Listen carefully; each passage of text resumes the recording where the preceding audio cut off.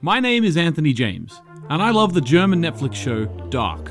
I love it so much that I started a YouTube channel to talk about it. From the start, I've been told that the Dark train won't last forever, and if I want to continue to grow on YouTube, I need to move on. Well, you know what? I don't want to move on. This show is worth more. It's worth more theories, more analysis, deconstruction, and discussion. So if you're not ready to move on either, then you're in the right place. Right here on Dark Discussions.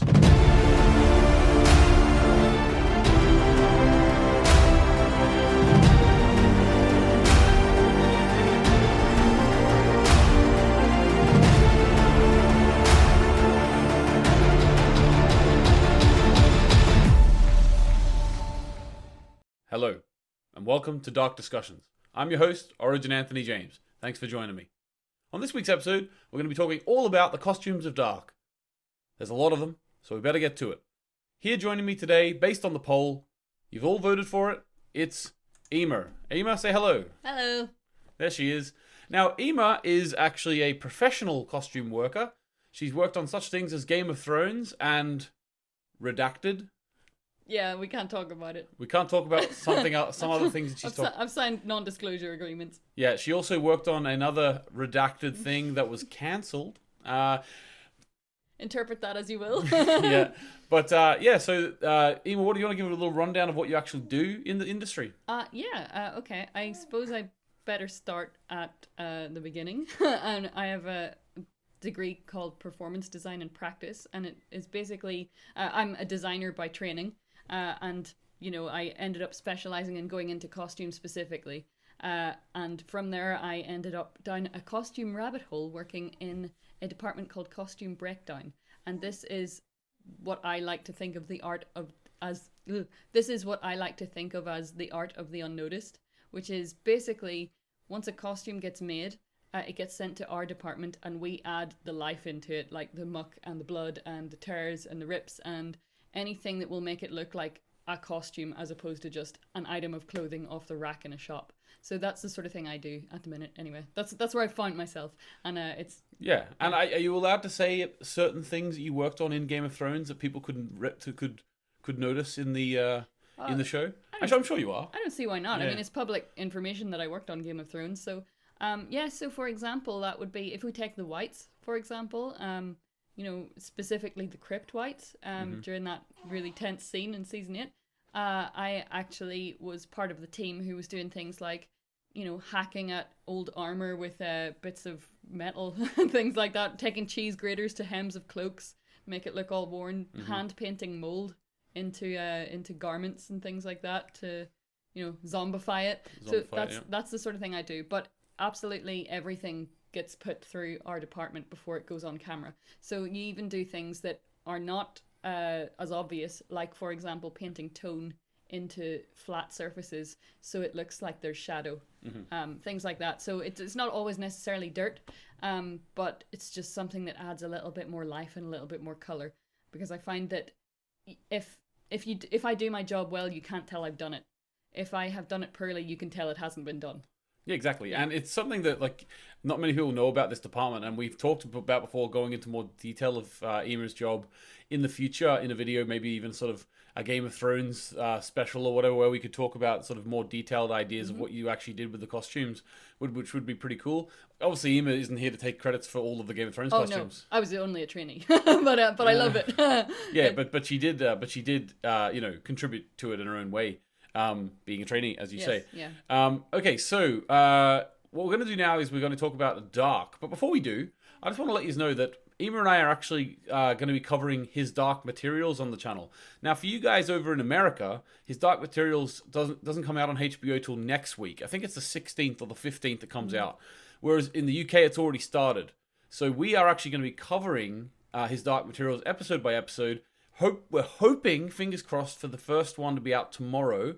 We did record it yesterday, but it was reeked with a load of baby noises and toddlers waking up crying. Yeah. And then when we finally got it recorded, I'd messed up the audio and it sounded like I was the devil. So yeah, it was not to be. It was not to be. So we're going to try and record it again tomorrow, and we'll see if we're getting better at it. So we'll see if we can get it out tomorrow. So his Dark Materials, if you're a fan of the fantasy, fan of that show, follow us. We're going to be covering that. And Eimear's read the book, so she loves it. Yeah. Right, so we're 5 minutes in already, and we haven't even started talking about Dark yet. So let's talk about Dark.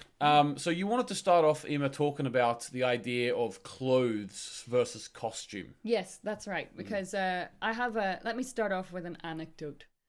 Because here we go. It's relevant, I swear. But basically, whenever I was younger, I was watching the film Leon the Professional with my dad, and I really, really liked all the costumes in that film. I thought it was really cool and really interesting. And I actually said that. I thought we were sitting watching it, and I went, "Gosh, the costumes of this are great." And my dad turned to me and went, "Why? They're just clothes." Yeah. And then he's proceeded to spend the entire rest of the film laughing about how Leon's socks were showing. And I was a bit like, that's his costume. That's a costume, Dad. So basically, what I'm getting at here is that although Dark is absolutely riddled with delicious costumes from lots of different eras, including the future, which obviously it's not an era yet. No, it's not an era yet, but it's a fantastical interpretation. Yep. So. Obviously, Dark is riddled with lots of really interesting, lovely, visually pleasing things that are from different eras to the current day. I would still like to talk about somewhat about contemporary clothing as costume. Yeah, of course. Yeah. So what's your first example of this contemporary clothing as costume? Well, to get started, I mean, let's take the very... I'm like a proper host on this. I'm say I'm the host, but it's usually just me talking at the camera. Whereas now, I'm a host. Anyway, You're always the host. So, for example, let's take, the first time we see Ulrich and Hannah. So, the series opens with a bang, literally. So, first thing we see is them, and they're both in their birthday suits, which obviously is symbolic of the fact that it's their birthdays, which is why they're so happy to see each other. No, I'm only joking. Oh, no. Oh, we should say that we have a baby on the floor behind us. Yeah. There he is. Anyway, he's having fun. He's on a little kick mat looking at little ducks and stuff. Yeah. Right, okay, anyway. So if we have to pause the video and then continue recording later, that's because of... that little fella over there. Himself, yes. Himself. No, obviously, I'm only joking about that comment about Ulrich and Hannah. But I will give you an example that it is about Ulrich. And I find, obviously, the first time we see Ulrich, he's climbing down out the window after having done the dirty with Hannah. And he's in his sweaty workout clothes. And then there's the reveal that he comes home to his family. And not even analysing this as a costume sort of designer and maker, just as an audience member, the first time I watched that I went, oh, what a scumbag, because it just really solidified how much of a slimeball he was. Like, he wasn't coming in a suit and tie. Yeah. He's just gone from essentially having a fair home in his sweaty, gross, grey joggers to his wife and children. And I think, didn't even wash his hands before picking up the bread. Exactly. Konrad and I have talked about that before.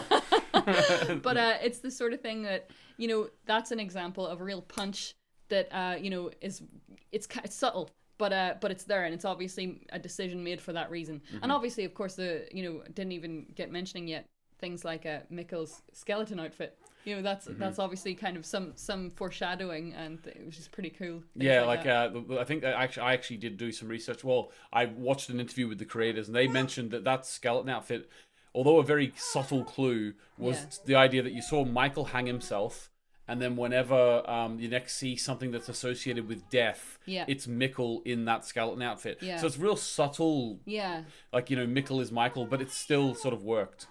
It's still of his character, though, importantly. I mean, Mikkel is very much a kid who, I guess, I mean, I've heard you and Konrad talk about him a lot, saying, like, he solved a Rubik's Cube and things like that. He's clearly a bit of a nerdy little kid. He marches to the beat of his own drum. He does. And he doesn't really, he doesn't really care. He was wearing a skeleton outfit because, it's cool. He likes it. It's not really a normal thing for a child to wear to school. He's not cool, Eimear. He's Mikkel. Yes. Very good, very good. But yeah, so that's basically an example of contemporary costume, I would say. clothes as the language of clothes, I'll say. But we could literally talk about this. We could go down a rabbit hole with this, and we could do every single character, and we could really go to town. Like, we could have an entire series just about. Yeah, and costumes. who knows? Maybe in 3 or 4 years' time, but however the Anthony James YouTube channel goes, we may have talked about this 800 times. We might have. But so I thought for that reason, we should focus on one character.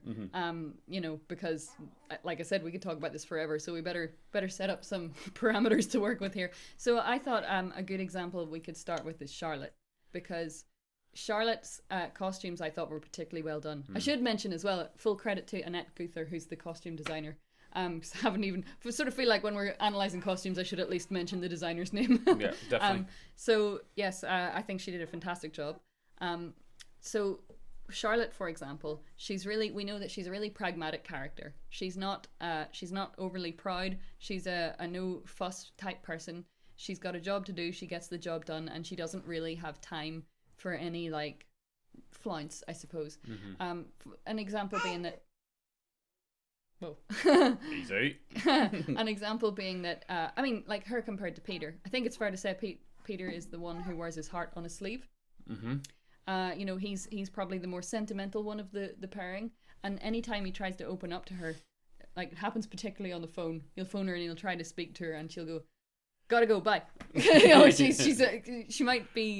She doesn't have time for it. Yeah. So she's such a pragmatic person. So this is reflected in her clothing, I find that. But also, she's buried herself in her work. Yeah. This is character analysis, not costume analysis, but still. But She's buried herself in her work because of what's happening in her home life. Well, to be honest with you, I would argue that they're one and the same. I mean, as a process, whenever I'm designing costumes, I am analysing a character almost as if I'm the actor. What life am I gonna breathe into this? What am I interpreting from this script that the audience doesn't necessarily see right away? What's in between the lines? And rather than channeling that energy into a performance, I'm channeling it into a design for their aesthetic. Yeah, of course. So it's actually very similar, I think. To the point where I think every designer should do some Amdram or something. It's really transferable skills. And I have mentioned before that when I first started going out with you when we were 17, you were in Les Miserables. I was. I've mentioned that in the podcast. It's really fun. Have you? I haven't come across that bit yet. Yeah, well, you're behind. Yeah, I'm behind. Having babies does that. It does, yes. But yeah, so back to Charlotte. I think reflected in her clothing, she wears a lot of... All right, mister, calm down. She wears a lot of earthy tones. Yeah. So she's not a very attention-seeking person. She blends into her surroundings, kind of literally. You always see her in like browns and various shade of browns and beige and again earthy tones. She doesn't tend to wear makeup. She's dressed completely practically. She's got the no makeup look. No, she doesn't even. She just doesn't wear makeup. Oh, doesn't she? She must wear some. She's in a TV show. Well, I mean, like, within... Yeah, the character doesn't wear it, but the actor is wearing it. The character doesn't wear makeup. So I think that's an example of, we can tell that from just looking at her, that she has no time for fuss or flounce. She wears flat shoes. She's got a job to do. She's got, warm coats on, for going out and snooping about in the woods and things like that, whatever it is a detective does. Breaking into camera boxes and getting told off by her daughter for doing it. Yeah. That sort of thing. You have to make references like that so that they definitely know you've seen the show. Oh, I definitely have seen the show. On that note, I'm just gonna give a shout out to Ellie's hat. Yeah, I think that's a really great costume piece because it's it tells a lot about her character too. I mean, she's put it this way, it's a fox hat. It's not a sheep hat. It tells you something about her. Exactly, and it also comes back in episode 8 of season 2 whenever she's going through her possessions in the future.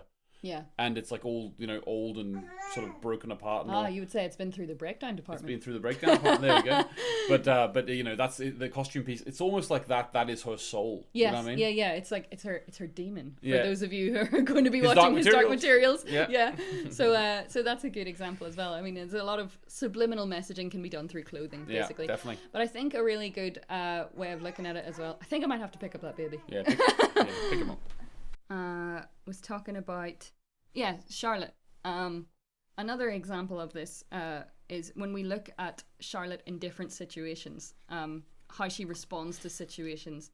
For example, going to the party that Ulrich and Katarina were having to celebrate their anniversary, their wedding anniversary. I think that scene is a really good scene because, well, for costume, it's very telling. How each character responds to being in a formal situation, or perhaps not formal, but a party situation where you have an excuse to get dressed up. And Charlotte does get dressed up, but it's so subtle that I kind of think I'm probably someone who's into clothes like me is the only one who would notice it. I'm like, that is a silk shirt. But it's again, how she dresses up is she is still, doesn't wear much makeup, if at all, doesn't really do anything with her hair. Still wearing the colours that she's comfortable in, the earthy tones that are just sort of blending in, but she's wearing a really nice fancy version of it, and that's how she responds to a party.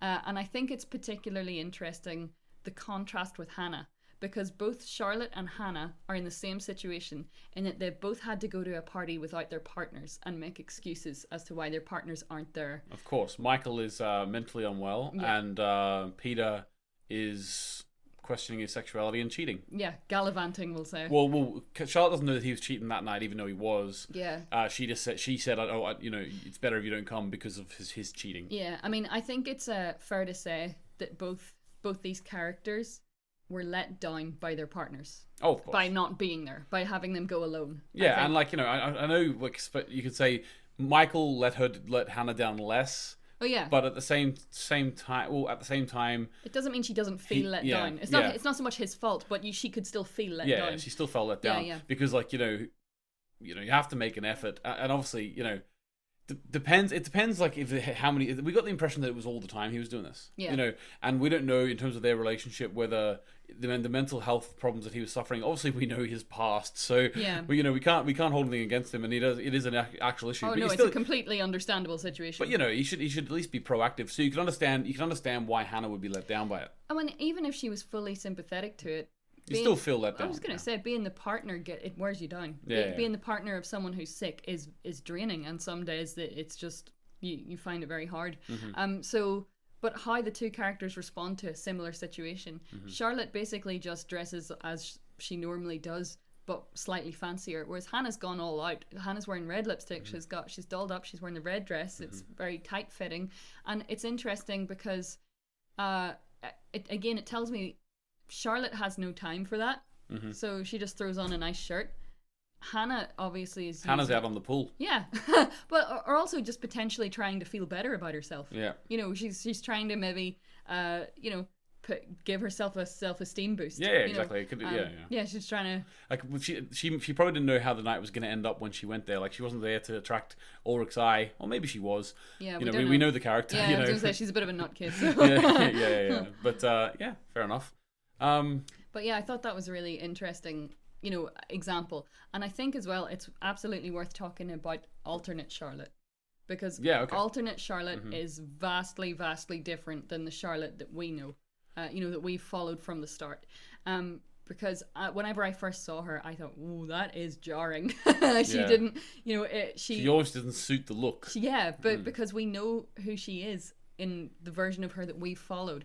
But when we see her, she's wearing skinny jeans, she's got high heels, she's got a face full of makeup, and all of that combined is it's a shock, and it tells you immediately that this is not our Charlotte. Everything, her whole life that she's lived up to that moment has led her to become this different Charlotte, and this is the outcome. And it's notable as well that she's not the chief of police in that world. She's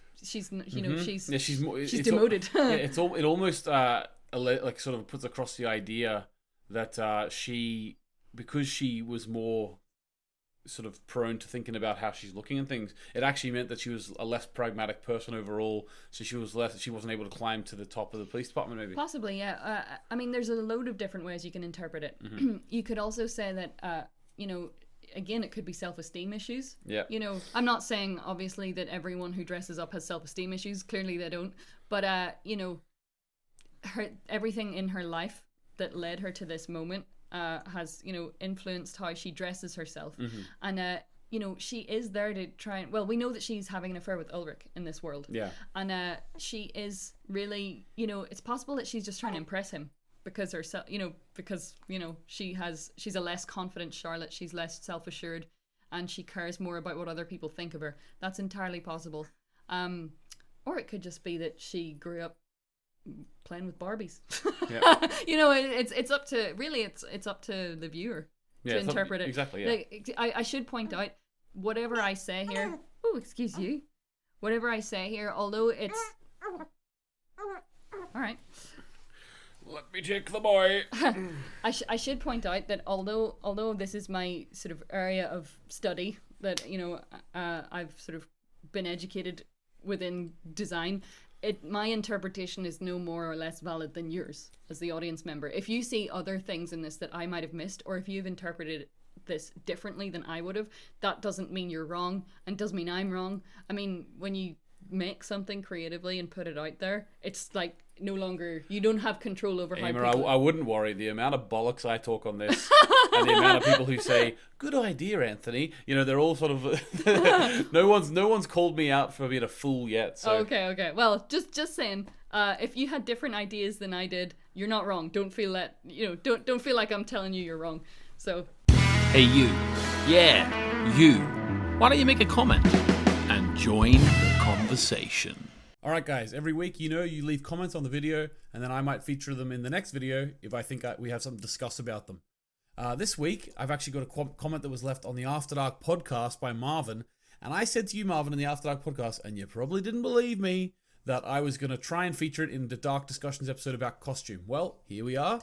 And so I'm going to read through this, Eimear, and then we can sort of give our thoughts on it, okay? Yeah, sure. So Marvin says, one last thing, and it's not... So I cut out a bit of the comment that was about After Dark podcast, that's why it says that.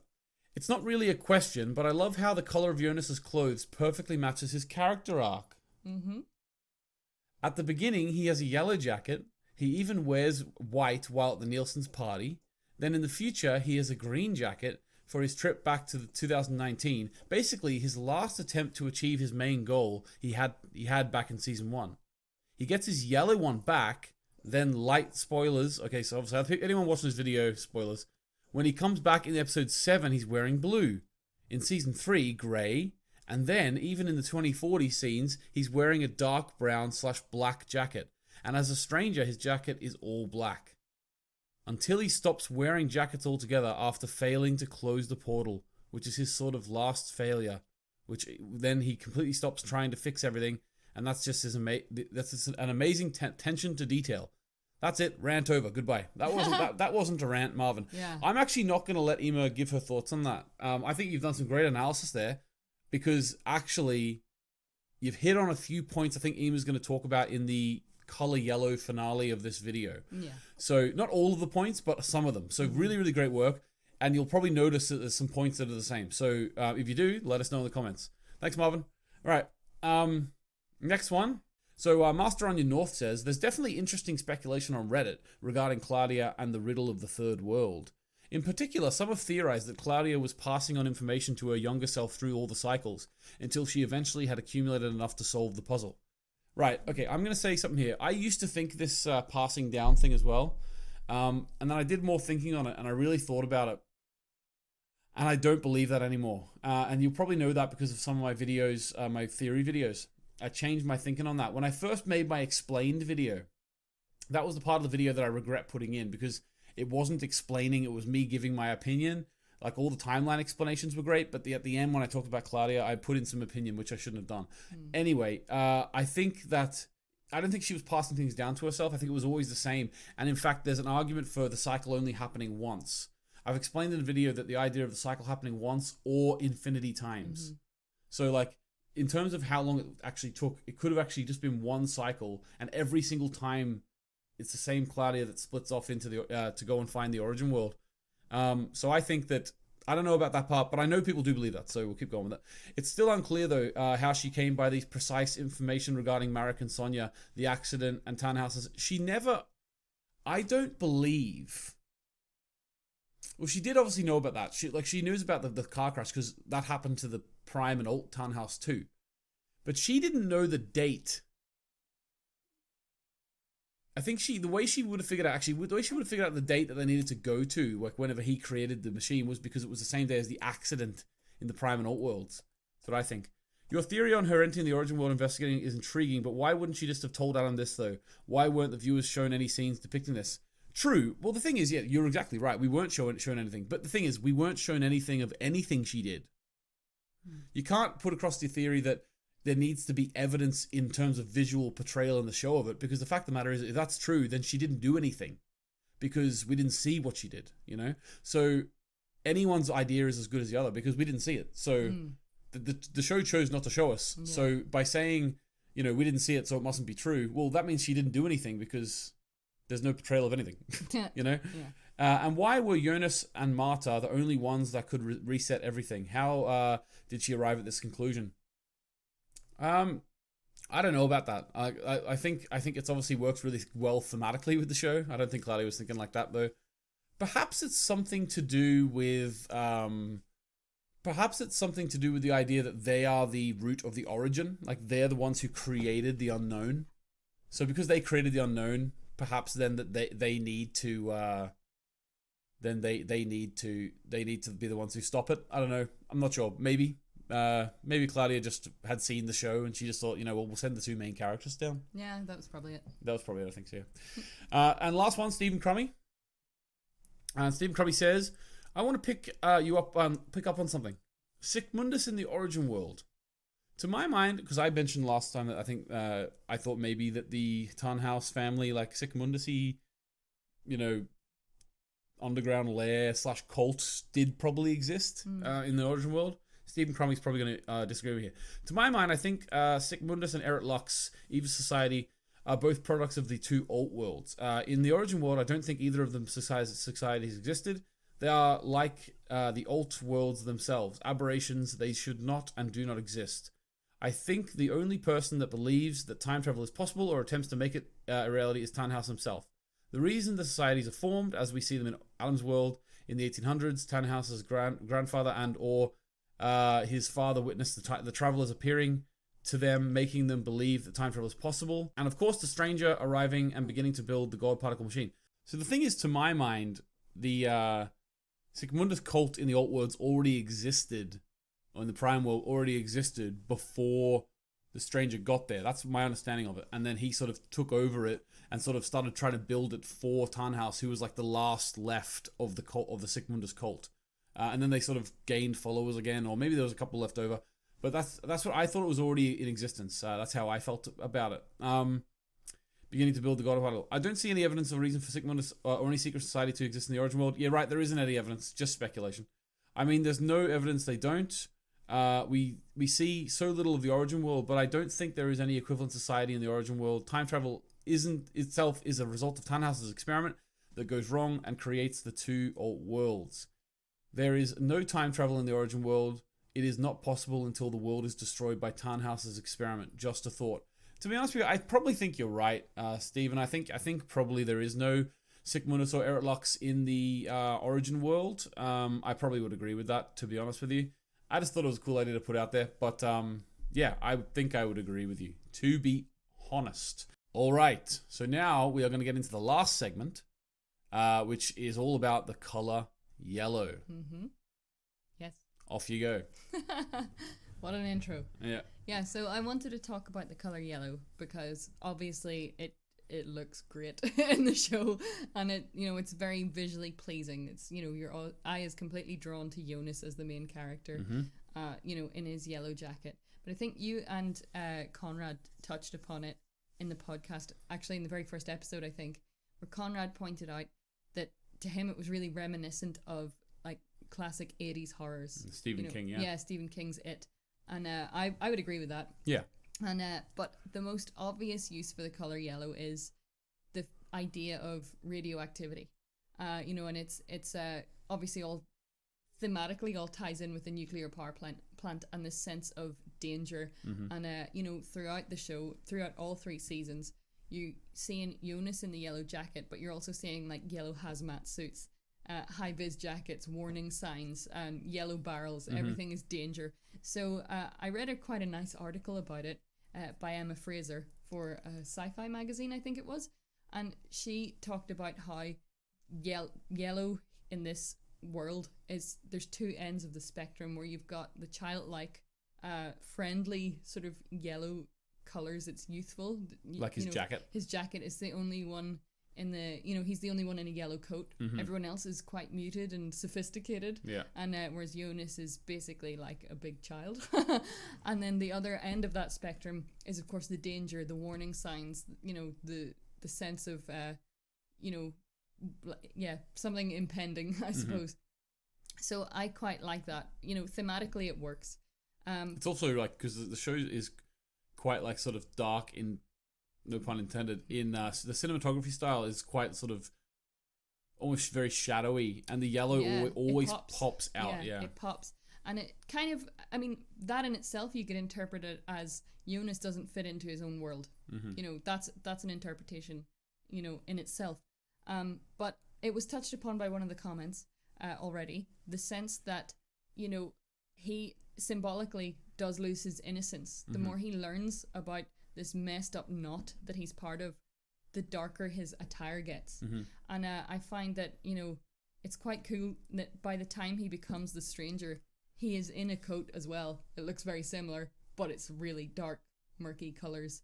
And it's, he's fully transitioned. It's kind of a symbolic of a loss of innocence.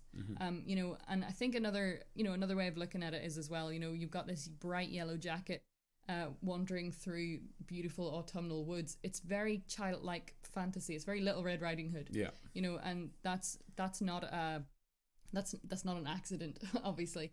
But the really nice way I read that Emma Fraser put it is that Jonas is like a canary, in going into a mine. So he's actually he's like the test subject. He is an innocent being at first, an innocent, youthful figure, and of course he gets darker and darker and darker in the journey that he goes on. Yeah. And when the coat returns, it's grubby. It's already tinted. Whenever he goes back to speak to his father. But it also actually, to add to your point, it also, whenever in episode 6 of season 2, when he has to go back in time to the day before his dad killed himself, and he puts the yellow jacket back on. Yeah. Because that character went through such a change, and he's really becoming gritty, and he's becoming less innocent, so to speak. Yeah. When he first puts that yellow jacket on, it actually is quite jarring. Yeah. His head doesn't match the jacket anymore. Yeah, absolutely. And it's you can tell that he's been on a journey. If anybody is familiar with the hero's journey of by Joseph Campbell, it's this I suppose the formula, if you will, for storytelling. He has returned to his familiar circumstances having changed. Yeah. And that's very much the statement that is being made there. Yeah. So it looks fantastic. The color yellow, really, in that sense, it's two sides to the same coin. It represents sort of youthful innocence on one hand, but on the other, it's danger, it's warning signs, it's radioactive barrels. Radioactive. Yeah, exactly. But I mean, this.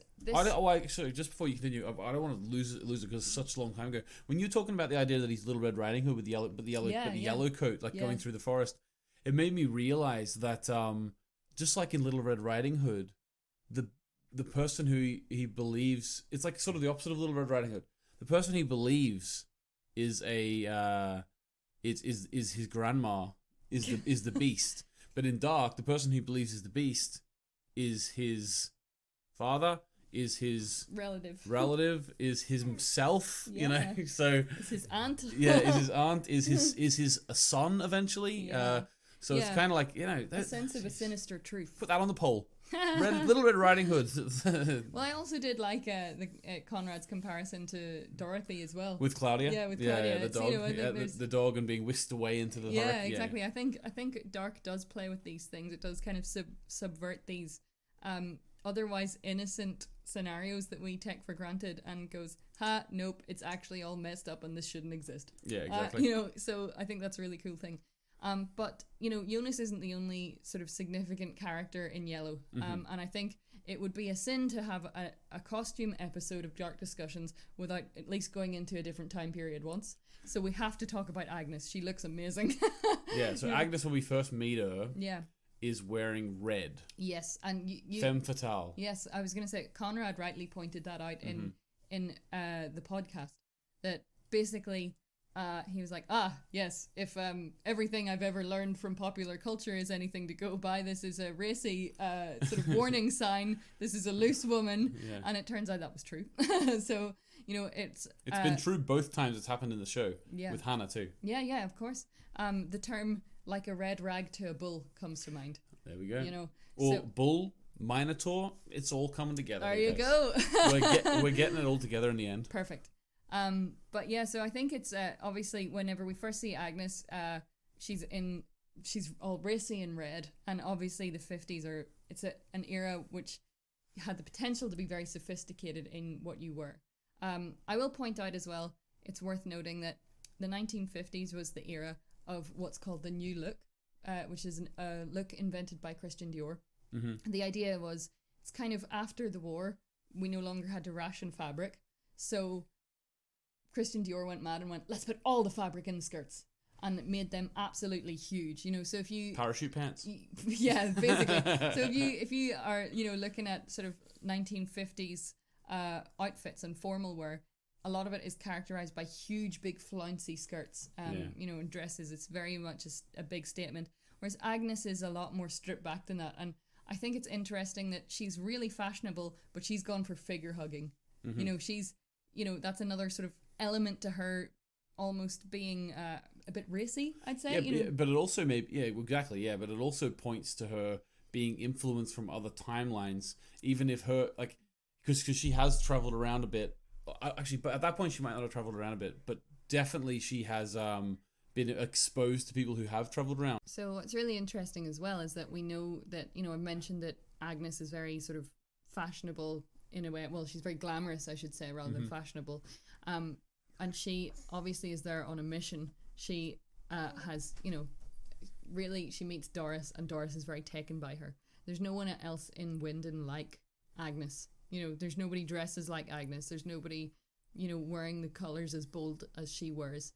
And, obviously Doris is very taken by this. But even as well, whenever Doris last sees Agnes, she's wearing that really beautiful, beautifully tailored statement yellow dress with the black gloves and the black hat. Yeah, she's practically dressed as a warning sign.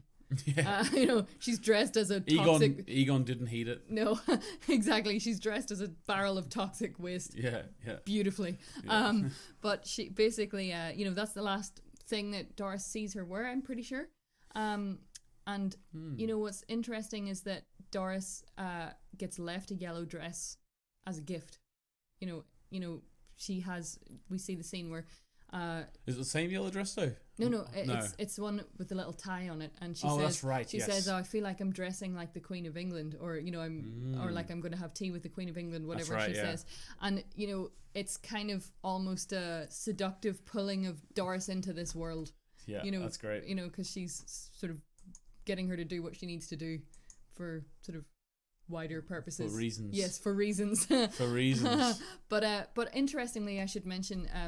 I talked about the New Look of Christian Dior in the 50s. That dress is the New Look. It's got a big, huge skirt. So it's almost like, here's... Would you call is that word frumpy?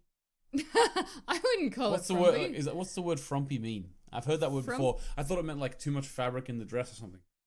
No, I think frumpy just means, to me, it means like granny-like, old frumpy. So yeah. Not fashionable. So fashion from the 50s. So I'm right. I don't think you could call because our grannies, when we're at our age, had fashion from the 50s. Yeah, but that's now in fashion. It's more like dressing as a granny when you're 80. Yeah, but they dress in the old stuff. I wouldn't describe Doris as frumpy. Okay. but my point was that is a more up to date fashion, if you will.